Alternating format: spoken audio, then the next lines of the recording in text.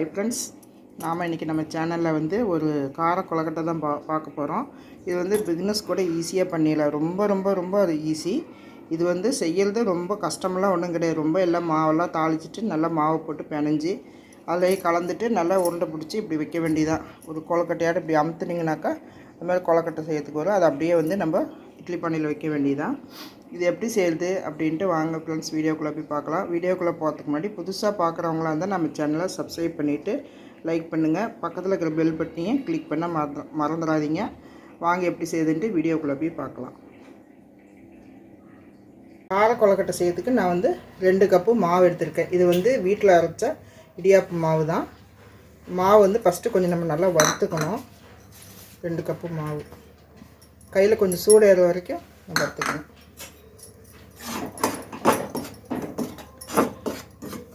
அடுப்பு பற்ற வச்சு தான் போட்டிருக்கிறேன், அப்படியே சொல்லலைன்னு நினைக்காதீங்க. அடுப்பு பற்ற வச்சு ஒரு கடாயை வச்சு கடாய் சூடானதுக்கப்புறம் தான் நான் மாவு போட்டிருக்கிறேன். இந்த மாவு நம்ம வறுத்து போடும்போது நல்லா வந்து ஒரு சாஃப்ட்னஸ் கிடைக்கும். நல்லா ஒரு மாதிரி சாஃப்டாக மெத்துன்ட்டு வாயில் வச்சா கரையிற மாதிரி இருக்கும். சாப்பிட்றதுக்கும் நல்லாயிருக்கும்.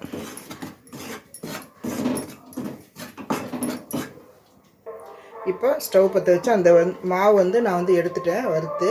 இது மாதிரி கை பொறுக்கு சூடு வந்தால் போதும், நல்லாயிருக்கும். இப்போ வந்து ஸ்டவ் பற்ற வச்சு 1 டேபிள் ஸ்பூன் எண்ணெய் ஊற்றிருக்கிறேன்.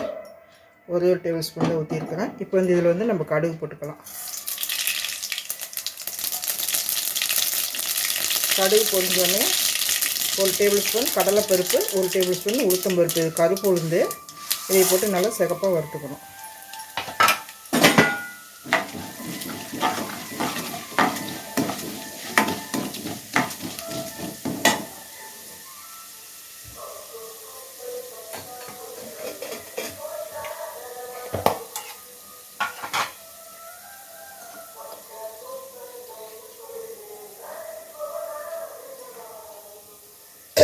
இதிலே வந்து கொஞ்சமாக பெருங்காயத்தூள் போட்டுக்கோங்க. இந்த பருப்பெல்லாம் போட்டிருக்கனால கொஞ்சமாக ஒரு 1/4 ஸ்பூன் போட்டால் போதும். இதில் நான் வந்து ஒரு பச்சை மிளகா, ஒரே ஒரு 2 இனுக்கு கருவேப்பிலை இதை வந்து நான் வந்து கட் பண்ணி வச்சுருக்கிறேன். இதையும் போட்டு வதக்கிட்டு 1 கப்பு தேங்காய் எடுத்து வச்சுருக்கிறேன். திருவுண தேங்காய், ஃப்ரெஷ்ஷான தேங்காய் வந்தால் நல்லாயிருக்கும், அதை போட்டுக்கோங்க.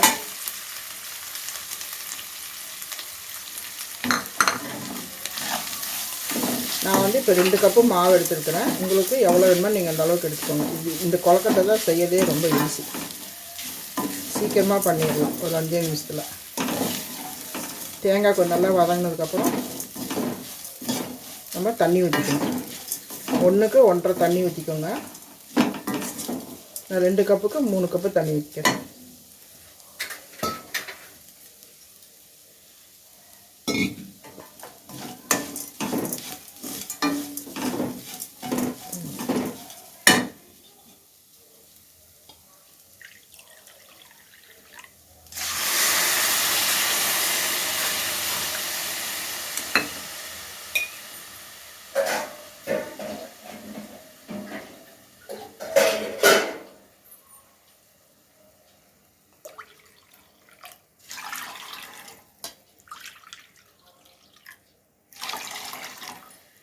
மூணு கப்பு தண்ணி ஊற்றிட்டேன். இப்போ வந்து தண்ணி வந்து கொஞ்சம் கொதிக்கணும். கொதிச்சதுக்கப்புறம் நம்ம மாவை போட்டு கிளறிடலாம். இப்போ இதுக்கு தேவையான உப்பு போட்டுக்கணும்.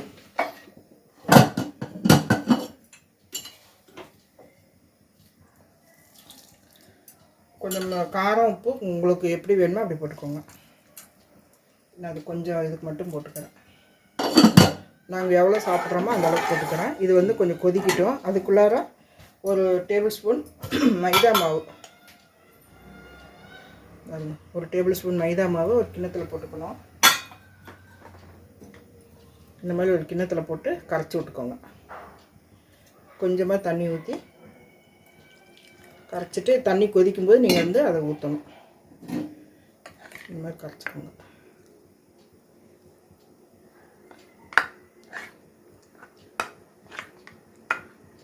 நல்லா கரைச்சி விட்டுக்கோங்க.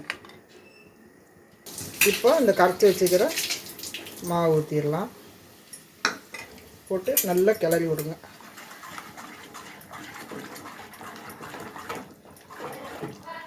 ஒரு கொதி வந்ததுக்கப்புறம் நம்ம வறுத்து வச்சுக்கிற மாவு போட்டுக்கலாம். அரிசி மாவு, அரிசி கடையில் வாங்கின மாவு, வீட்டில் அரைச்ச மாவு, நீங்கள் எது வேணாலும் எடுத்துக்கோங்க. நான் அந்த வீட்டில் அரைச்சி வச்சுக்கிற மாவு தான் எடுத்துக்கிறேன். கிளறிடுறேன். இப்போது இந்த மாவு போட்டு நம்ம கலக்கலாம்.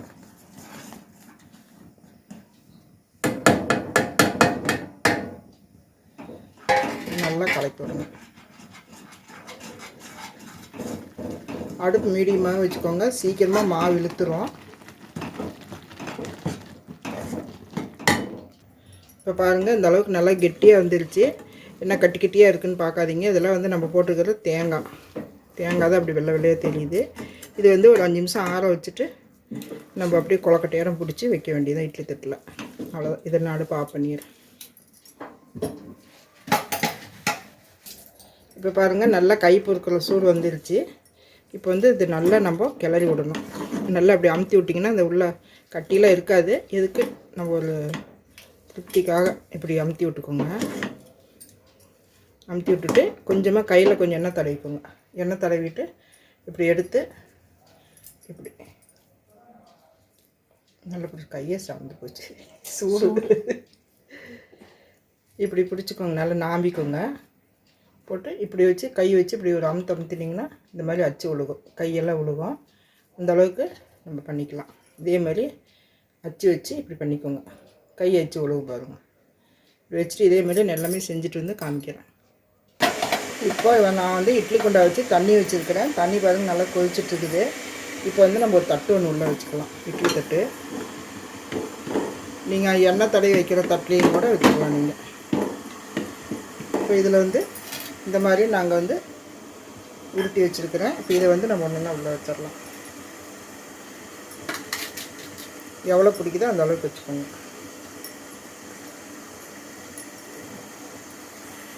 இப்போ பாருங்கள், நான் எல்லாத்தையும் உள்ளே வச்சுட்டேன். நல்லா ஆவி வருது. இப்போ இதை மூடி வச்சு ஒரு 10 நிமிஷம் மட்டும் வெந்தால் போதும். ஏற்கனவே மாவு நல்லா வெந்த மாவு தான் வறுத்துருக்குறோம், நல்லா வதக்கி இருக்கிறோம்.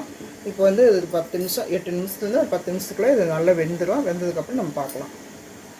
நான் வேக வச்சு ஒரு 8 நிமிஷம் ஆயிடுச்சு. நான் எடுக்கிறேன்.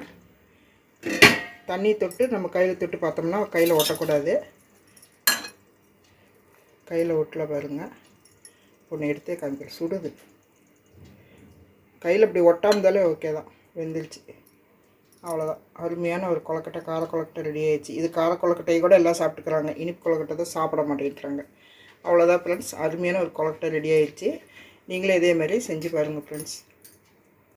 அவ்வளோதான் ஃப்ரெண்ட்ஸ், அருமையான ஒரு பிடி கொழுக்கட்டை, கார கொழுக்கட்டை நம்ம ரெடி பண்ணிவிட்டு. அது ரொம்ப சிம்பிளு.